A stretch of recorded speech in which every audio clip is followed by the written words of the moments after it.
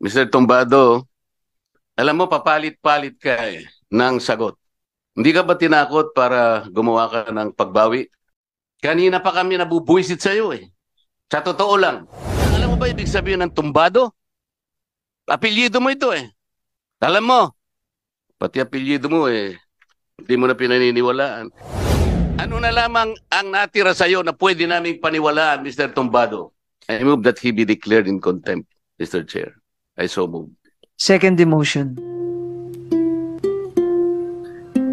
Yung public declaration mo na may corruption sa LTFRB, na nagkakaroon ng bayaran ng bawat prangkisang ina-approve, 5 million pesos, pinawi mo ka agad yun sa loob ng 2 araw. Maliwanag naman ito. Pagkatapos ng pagbawi mo na press conference, gumawa ka pa ng affidavit of recantation. Ito nga ang nandito sa aming harapan ngayon. Sabi mo rito, after a careful reflection and deliberation, blah, blah, blah, ay binabawi mo ang pinagsasabi mo. Hindi ka ba tinakot para gumawa ka ng pagbawi? Hindi po, Honor. Your Honor. Ito yung mahirap sa ganitong klaseng pagdinig, Mr. Chair. Alam mo, papalit-palit ka ng sagot. Ngayon, kasasabi mo na naman, hindi ka tinakot. Pero dito sa sinumpang salaysay na binigay mo sa NBI, ang sabi mo, nababahala na po ako sa aking kaligtasan at ng aking pamilya. I-reconcile mo nga itong dalawang ito. Ayaw naming sayangin ang pagdinig na ito, Mr. Tumbado. Kung ang sagot mo'y paganyan-ganyan lang, wala kaming panahon para sa'yo. Sabi mo hindi ka tinakot. Ngayon, kasasabi mo lang, sa NBI, sinabi mo nababahala ka na sa kaligtasan mo at sa iyong pamilya. Ano na naman ang totoo rito? Your Honor, kaya po ako nag-recant dahil po mismo si Chairman Guadis tumawag po sa akin. Teka muna, ito muna ang sabi mo hindi ka tinakot.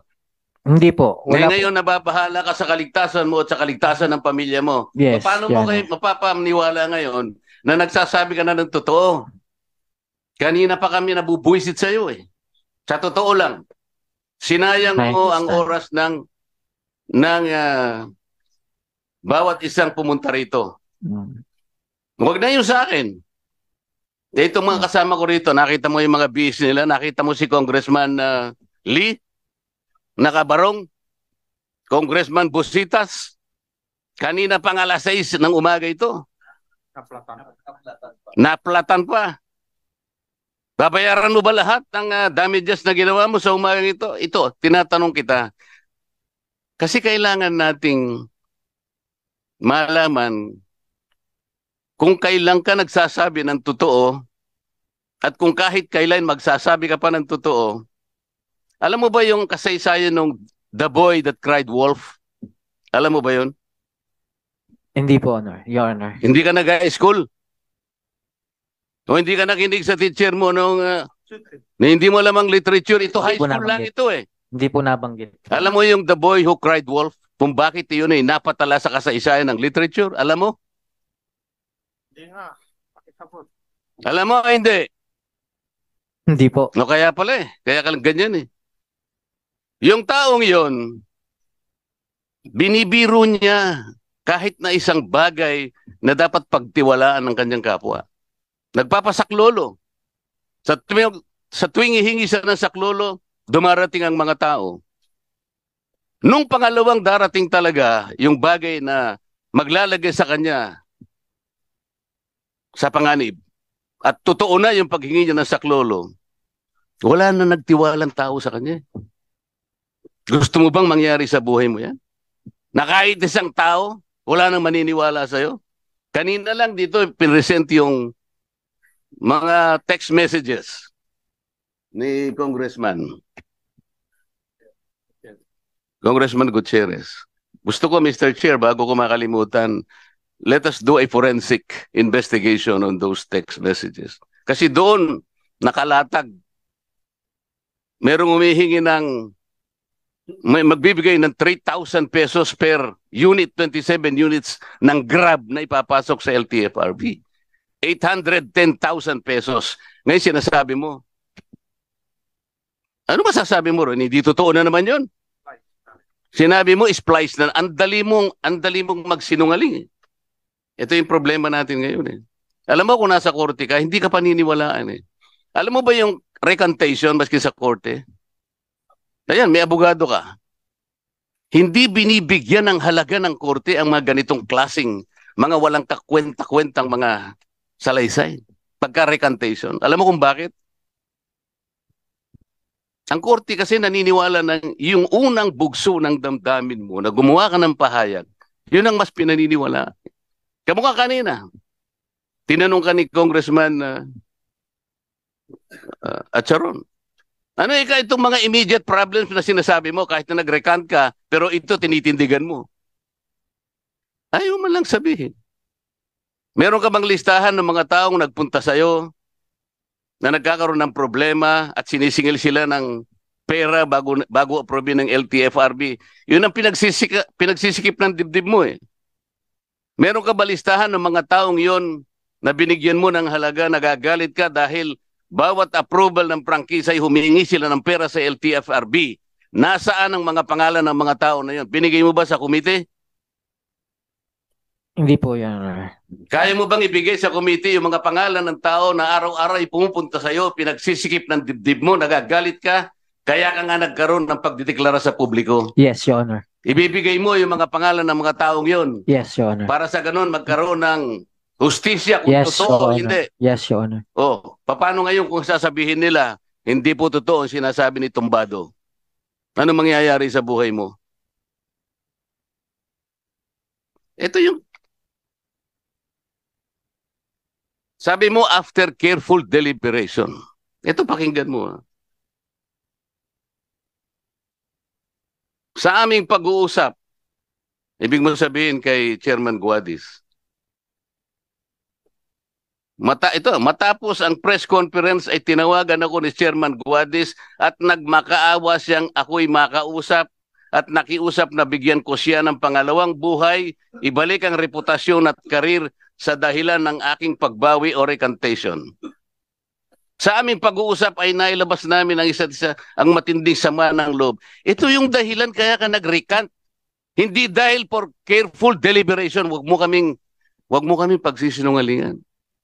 Alam mo ba ibig sabihin ng tumbado? Apelyido mo ito eh. Alam mo, pati apelyido mo eh, hindi mo na pinaniniwalaan. Ito ang huling tanong sa'yo. Ano ang paniniwalaan namin? Yung public declaration mo o itong recantation mo? Na binawi mo rin? Ano na lamang ang natira sa'yo na pwede naming paniwalaan, Mr. Tumbado? Yung pong recantation ko, wala po akong direct knowledge na kasabwat si Chairman Guadis. Ang tinatanong ko sa'yo, ang akin lang ano ang po, pagbabasihan namin para paniwalaan pa namin ang sinasabi mo ngayon tungkol dito sa recantation?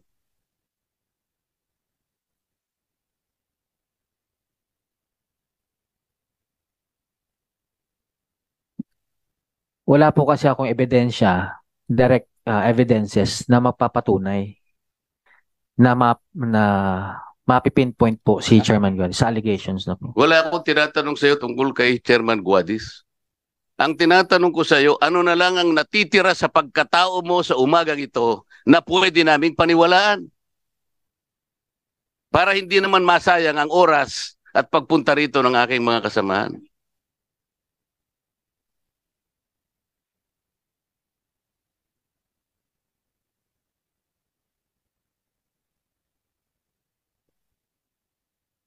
Ako po ay humihingi po ng panmanhin sa nangyaring sigalot po na ito.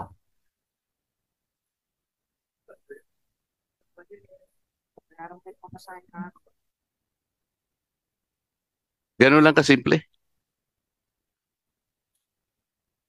Ang NBI ba naniwala sa'yo? Palagay mo? Yan lang po yan, Your Honor. Anong sabi, Mr. Chair? Anong sabi mo? Depende na po kung maniniwala po sila sa salaysay ko yan. Meron, Mr. Chair, meron bang taga-NBI dito? Meron. Meron. Nasaan po yung mga taga-NBI na kumuha po ng sinumpang salaysay ni Your Mr. Honor, Tombado? Your Honor, we do not believe his statements. Anong gagawin ninyo sa That's kanya? Thus, we are requiring him to return by Thursday to substantiate his allegations because it's so generic. And he failed to name names and answers the essential questions, the 4 Ws and 1 H. Mr. Chair, ako po, ang motion ko ay i-cite po natin siya for contempt. Dahil po sa ginawa niya sa atin sa umagang ito. Ito po ay kawalan ng paggalang. Wag na po ako. Ito po ang mga kasama ko rito. At ang kabanalan po ng pagdinig na ito, hindi po biro-biro ito eh. Hanggat hindi mo na ipakikita sa amin na pwede kaming paniwalaan, bigyan mo kami ng pagkakataon, mahusgahan ka namin, na meron pang natitira sa pagkatao mo na pwede naming paniwalaan na magagamit ng komiting ito. Mr. Chair, hindi po natin dapat palampasin ng ganitong klaseng paghamak. 1 minute suspension. Thank you, Mr. Chair, as I have maintained in my last statement that culminated into emotion. I believe the answers supplied by Mr. Tombado to us for every questions asked by each member did not bring any consolation, did not bring any enlightenment on the part of the members of this committee. After each and every question, Mr. Chair, there has not been any basis for us to believe any of his statements and answers or replies to every question. For example, as I have said, even the text messages presented earlier, initially he said that was what was the term given? Lies. No, the earlier term is that he said that is authentic. Yeah. And in the next question, he said it was spliced. And when he was asked whether the spliced material is still authentic, he said it's no longer authentic. So we cannot rely on the answers of this witness or this resource person, Mr. Chair. There were several questions asked, and I was here. I was earnestly listening to all the answers. I hope we are able to get something from him, but we failed to do that. That is why my last question is, ano na lang bang natitira sa'yo na pwede naming paniwalaan? Even that, Mr. Chair, wala na eh. So on the basis of our rules under Section 11, paragraph E and F, Mr. Chair, I move that he be declared in contempt, Mr. Chair. I so move. Second the motion. Any objection?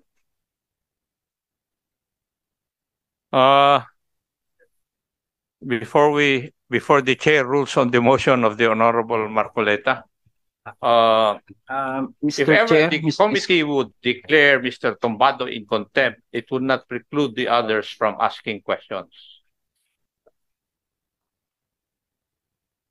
Any objection to that? None? Mr. Chair. Hearing no objection on the motion of the Honorable Marcoleta,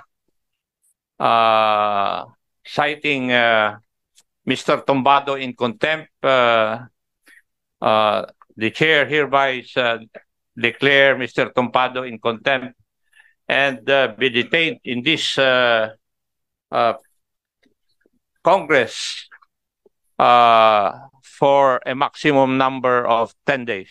Your Honor, So, may we... You're not allowed to speak, Mr. Counsel. Yes, Your Honor. I apologize, Your Honor. In the hearing of the House, the rule is that the counsel is not able to speak unless approved by the chairman. Before you should have come here, you should have read the rules. Do you want to say something?